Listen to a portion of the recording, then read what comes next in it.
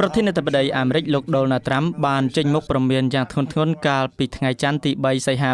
2026ថាអ៊ីរ៉ង់នឹងត្រូវប្រឈមមុខនឹងការកំទេចចោលទាំងស្រុងបើមិនយល់ព្រមលើកិច្ចព្រមព្រៀងបញ្ចប់ជម្លោះរវាងប្រទេសទាំងពីរនោះទេបើតាម Reuters ចុះផ្សាយនៅថ្ងៃអង្គារនេះលោកត្រាំបានសង្កត់ធ្ងន់ថានេះគឺជាឱកាសចុងក្រោយបំផុតសម្រាប់ទីក្រុងតេហេរ៉ង់មុនពេលដែលអាមេរិកសម្រេចចិត្តបើកការវាយប្រហារទ្រង់ទ្រីធំលោកត្រាំបានបញ្ជាក់យ៉ាងច្បាស់ថាលោកចង់ទុកឱកាសចុងក្រោយឲ្យអ៊ីរ៉ង់កែខ្លួនទោះបីជាលោកជឿជាក់ថាភាគីទាំងពីរអាចនឹងសម្រេចបានលទ្ធផលផ្លែផ្កាមួយក៏ដោយការព្រមានដ៏ក្តៅគគុកនេះកើតមានឡើងបន្ទាប់ពីភាពចម្រូងចម្រាសគ្នាលើដំណើរការនៃការចរចា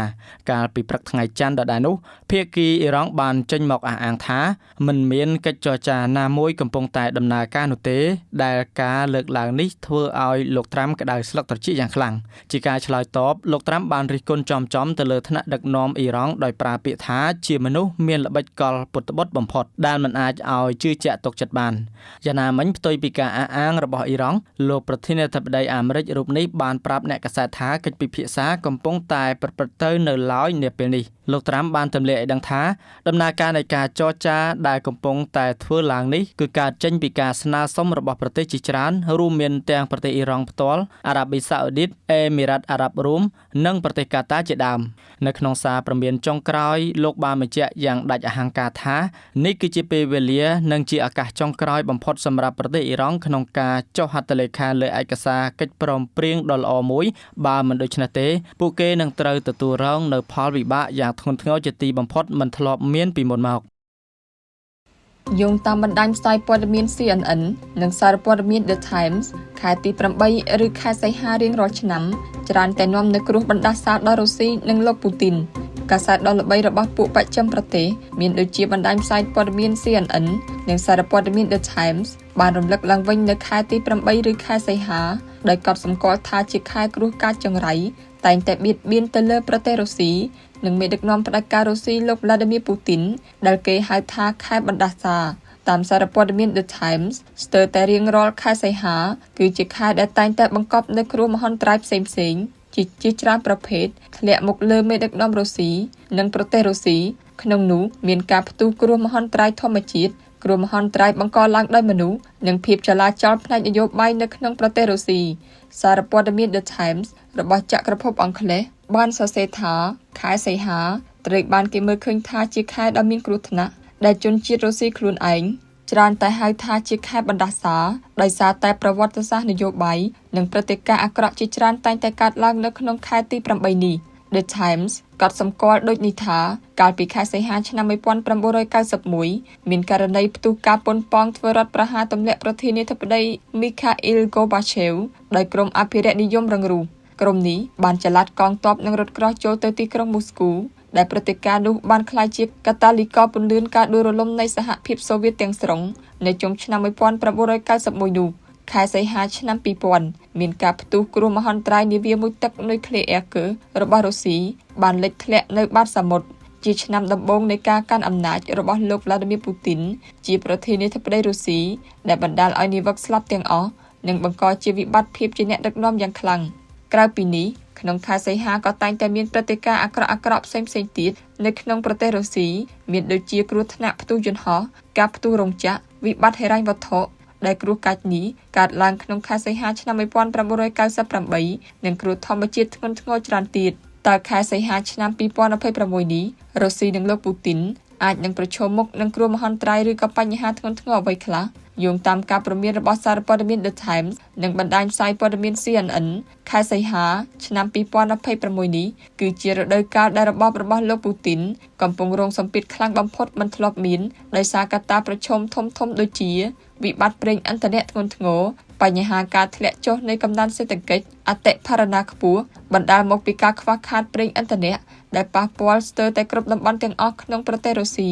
អតិផរណាទំនិញគ្រប់មុខកំពុងតែកើនឡើងដល់កម្រិតកំពូលដែលធ្វើឲ្យជីវភាពប្រជាជនកាន់តែលំបាកឡើងជាលំដាប់ការវាយប្រហារតាមដែនអាកាសនិងដ្រូនជាបន្តបន្ទាប់ពីសំណាក់អ៊ុយក្រែនលើរោងចក្រចម្រាញ់ប្រេងឃ្លាំងភស្តុភារនិងបណ្ដាញហេដ្ឋារចនាសម្ព័ន្ធសំខាន់ៗរបស់រុស្ស៊ីបានធ្វើឲ្យខូចខាតដល់សេដ្ឋកិច្ចនិងធ្វើឲ្យប្រជាជនរុស្ស៊ីក្នុងស្រុកចាប់ផ្ដើមមានអារម្មណ៍ថាគ្មានសុវត្ថិភាព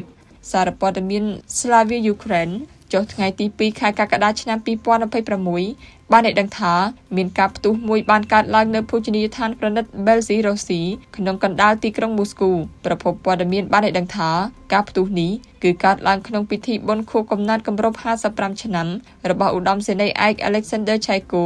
ដែលជាមេបញ្ជាការកងទ័ពអាកាសរុស្ស៊ីត្រូវបានសម្លាប់នៅក្នុងឧបទ្ទវហេតុនោះចាប់តាំងពីខែឧសភាឆ្នាំ2026មកលោកឆៃកូបានបម្រើជាមេបញ្ជាការកងទ័ពអាកាសរបស់ប្រទេសរុស្ស៊ីក្នុងឆ្នាំ2022លោកជាមេបញ្ជាការក្រមយោធាភាគខាងកើតរបស់ប្រទេសរុស្ស៊ីបណ្ដាអង្គភាពក្រោមការបញ្ជារបស់លោកត្រូវបានគេផ្សារភ្ជាប់ទៅនឹងការសម្លាប់រង្គាលការធ្វើទារុណកម្មលើជនស៊ីវិលនៅក្នុងទីក្រុងប៊ូឆានៃប្រទេសអ៊ុយក្រែនកាលពីអំឡុងខែឧសភាឆ្នាំ2022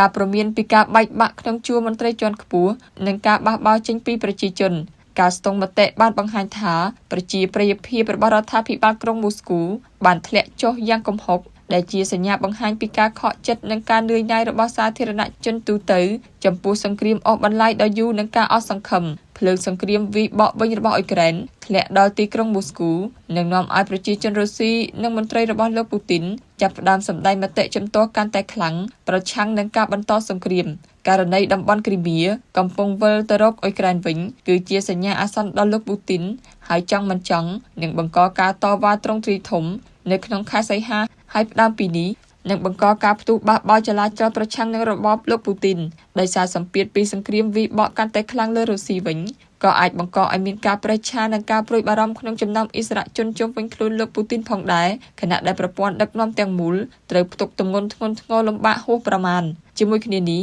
ភាពតានតឹងផ្នែកនយោបាយក្នុងរង្វង់មន្ត្រីជាន់ខ្ពស់នៅវិមានក្រំឡាំងក៏អាចនឹងផ្ទុះឡើងផងដែររឿងជោគវាសនាឬព្រហ្មលិខិតរបស់លោកពូទីននេះទីផ្សារទូទាយសកល Poly Market ដែលមានមូលដ្ឋានកណ្ដាលទីក្រុងញូវយ៉កសហរដ្ឋអាមេរិកចង្អុលបង្ហាញឲ្យទូទាយថាលោកពូទីនអស់អំណាចនៅចុងខែធ្នូឆ្នាំ2026ដោយចាប់ផ្ដើមពីខែសីហានេះតទៅតែកត្តាវិទ្យាសាស្ត្រសង្គមមនុស្សដោយផ្អែកលើស្ថានភាពសឹកនិងស្ថានភាពសង្គមជាក់ស្ដែងគឺចម្លើយនៃការស្ទង់ការវិភាគគិតថាលោកពូទីនអាចត្រូវបង្ខំឲ្យចាកចេញពីតំណែងតាមរយៈការចរចាផ្ទៃក្នុងនៃអ្នកនយោបាយវិមានក្រំឡាំងគឺអាចនៅចុងឆ្នាំ2026ឬដើមឆ្នាំ2027ប្រសិនបើប្រទេសរុស្ស៊ីនៅបន្តជួបវិបត្តិសង្គមវិបត្តិសេដ្ឋកិច្ចធ្ងន់ធ្ងរជាងពេលនេះហើយជាមួយគ្នានេះដែនដីជ្រោយឧបទ្វីបគ្រីមៀបើបាត់ទៅខាងអ៊ុយក្រែនវិញគឺសូម្បីរបបលោកពូទីនទាំងមូលក៏អាចនឹងដួលរលំផងដែរចំពោះកត្តាវិបត្តិយោធានិងសេដ្ឋកិច្ចក្រុមអ្នកវិភាគរបស់លោកខាងលិចមានដូចជាវិទ្យាស្ថានសិក្សាសង្គ្រាមព្យាករណ៍ថាក្នុងស្ថានភាពដូចសពថ្ងៃនេះរបបលោកពូទីនកំពុងធ្លាក់ទៅក្នុងវិបត្តិរួចហើយវិបត្តិទាំងនោះរួមមានវិបត្តិបាត់បង់ធនធានគាំទ្រសង្គ្រាមគឺស្លាប់កងទ័ពដ៏ច្រើនលើសលប់ការបាត់បង់សពាវុធគាំទ្រទ័ពពីលោកដូចជាការបាត់បង់រថក្រោះរថវាដែកនិងប្រព័ន្ធកាំភ្លើងធំបាត់បង់ចូលដល់ទៅ 90,000 គ្រឿងរួចហើយរួមនឹងឃ្លាំងស្តុកគ្រាប់ត្រូវបានកំទេចគឺរុស្ស៊ីសឹងអស់សមត្ថភាពប្រយុទ្ធទៅហើយអាវុធទាំងនេះហើយដែលធ្វើឲ្យរុស្ស៊ីអាចវាយលុកចូលភាគីអ៊ុយក្រែនបាននិងមានប្រៀបនៅលើសមរភូមិបើអាវុធទាំងនេះត្រូវបានបំផ្លាញស្ទើរតែអស់ទាំងស្រុងហើយមានន័យថារុស្ស៊ីលែងមានប្រៀបលើអ៊ុយក្រែនទៀតហើយវិបត្តិប្រេងនិងថាមពលគឺជាវិបត្តិសេដ្ឋកិច្ចសង្គមបើមហាអំណាចនេះបាត់បង់ការផលិតប្រេងផលិតអូស្មန်សម្រាប់លក់ចេញទៅក្រៅប្រទេសដោយសាររោងចក្រផលិតប្រេងយ៉ាងច្រើនត្រូវបានដ្រូនអ៊ុយក្រែនវាយកំទេចគឺចំណូលទ្រទ្រង់សង្គ្រាមត្រូវតែធ្លាក់ចុះបន្ថែមពីលើនេះវិបត្តិសង្គមនឹងផ្ទុះឡើងព្រោះប្រជាជនចិនណាយនឹងសង្គ្រាមប្រជាជនរុស្ស៊ីជាពិសេសអ្នកក្រុងមូស្គូលែងគាំទ្រសង្គ្រាមរបស់លោកពូទីនព្រោះតែភ្លើងសង្គ្រាមធ្លាក់លើលំនៅឋានរបស់ពួកគេវិញហើយនោះគឺវាមិនខុសអ្វីសង្គ្រាមចូលដល់ក្រុងមូស្គូនោះទេដូច្នេះប្រជាជនយុវជនពួកគេ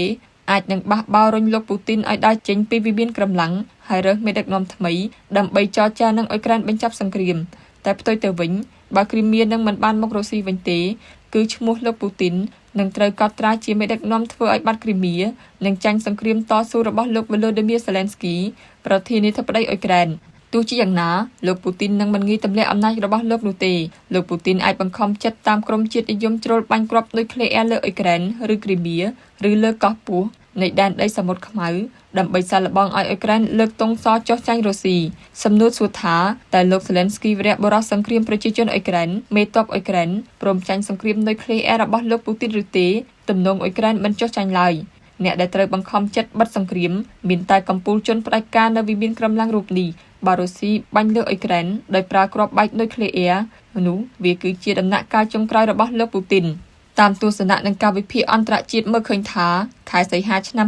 2026នេះអាចក្លាយជាខែដ៏ងងឹតបំផុតមួយសម្រាប់លោកពូទីនព្រោះវាជាពេលដែលបញ្ហាប្រឈមទាំងសេដ្ឋកិច្ចយោធានិងនយោបាយនៅក្នុងស្រុកធ្លាក់សង្កត់លោកពូទីននៅពេលនេះភ្លើងសង្គ្រាមក៏កំពុងបោកបក់និងរុញច្រានទៅកាន់ប្រទេសរុស្ស៊ីវិញខណៈដែលកម្លាំងតស៊ូប្រកបដោយភាពវៃឆ្លាតរបស់អ៊ុយក្រែនបានបំផ្លិចបំផ្លាញយ៉ាងខ្លាំងក្លាទៅលើកងកម្លាំងសត្រូវប្រធានាធិបតីអ៊ុយក្រែនលោក Volodymyr Zelensky បានបង្ហាញពីការប៉ាន់ស្មានថ្មីអំពីចំនួនអ្នកស្លាប់និងអ្នករងរបួសនៅក្នុងជួរកងទ័ពទាំងសងខាងនៃសង្គ្រាមទ្រង់ទ្រាយធំរបស់រុស្ស៊ីលោកបានបង្ហាញចំនួនទាហានអ៊ុយក្រែនប្រហែល 50,000 នាក់ដែលបានបាត់បង់ជីវិតខណៈប្រហែល 400,000 នាក់បានរងរបួសថ្លែងនៅក្នុងបទសម្ភាសន៍ជាមួយសារព័ត៌មាន Fox News លោក Zelensky ក៏បញ្ជាក់ពីការបន្តបាត់ខ្លួនរបស់កងទ័ពអ៊ុយក្រែនមួយចំនួននៅលើសមរភូមិដែលធ្វើឲ្យការវិតម្លៃពិតប្រាកដកាន់តែមានភាពស្មុគស្មាញលោកបានមានប្រសាសន៍ថាវាពិបាកណាស់ក្នុងការនិយាយអំពីបញ្ហានេះខ្ញុំមិនចង់បង្ហាញលម្អិតទាំងអស់នោះទេពីព្រោះវាអាចធ្វើឲ្យរុស្ស៊ីយល់ដឹងអំពីស្ថានភាពពិតនៃកងទ័ពរបស់យើងលោក Volodymyr Zelensky ក៏បានប៉ាន់ប្រមាណថាកងកម្លាំងរុស្ស៊ីបានរងការខាតបង់យោធាប្រមាណ 1.6 លាននាក់ចាប់តាំងពីការចាប់ផ្ដើមនៃការឈ្លានពានទ្រង់ទ្រាយធំក្នុងនោះប្រហែល 700,000 នាក់ត្រូវបានសម្លាប់តួលេខនៃការស្លាប់របស់ទាហានអ៊ុយក្រែនចុងក្រោយនេះគឺទាបជាងការប៉ាន់ប្រមាណដែលលោកបានផ្ដល់កាលពី 5 ខែមុននៅខែកុម្ភៈលោកបានលើកឡើងថាយ៉ាងហោចណាស់ទាហានអ៊ុយក្រែនចំនួន 55,000 នាក់ត្រូវបានបញ្ជាក់ជាផ្លូវការថាបានស្លាប់នៅលើសមរភូមិយ៉ាងពិតប្រាកដយោងតាមការសិក្សាចុងក្រោយរបស់មជ្ឈមណ្ឌលសម្រាប់ការសិក្សាយុទ្ធសាស្ត្រនិងអន្តរជាតិដែលមានមូលដ្ឋាននៅទីក្រុង Washington រុស្ស៊ីបានរងការខាតបង់ទាហានប្រមាណជាង 1.4 លាននាក់ក្នុងរយៈពេលពីខែកុម្ភៈឆ្នាំ2022ដល់ខែមិថុនាឆ្នាំ2026ក្នុងនោះមានទាហានរហូតដល់ 450,000 នាក់ត្រូវបានសម្លាប់ការសិក្សានេះក៏បានបញ្ជាក់ថាការខាតបង់ប្រចាំខែរបស់រុស្ស៊ីនៅឆ្នាំ2026លើសពីចំនួនកងទ័ពថ្មីដែលត្រូវបានជ្រើសរើសចូលបម្រើក្នុងជួរកងទ័ព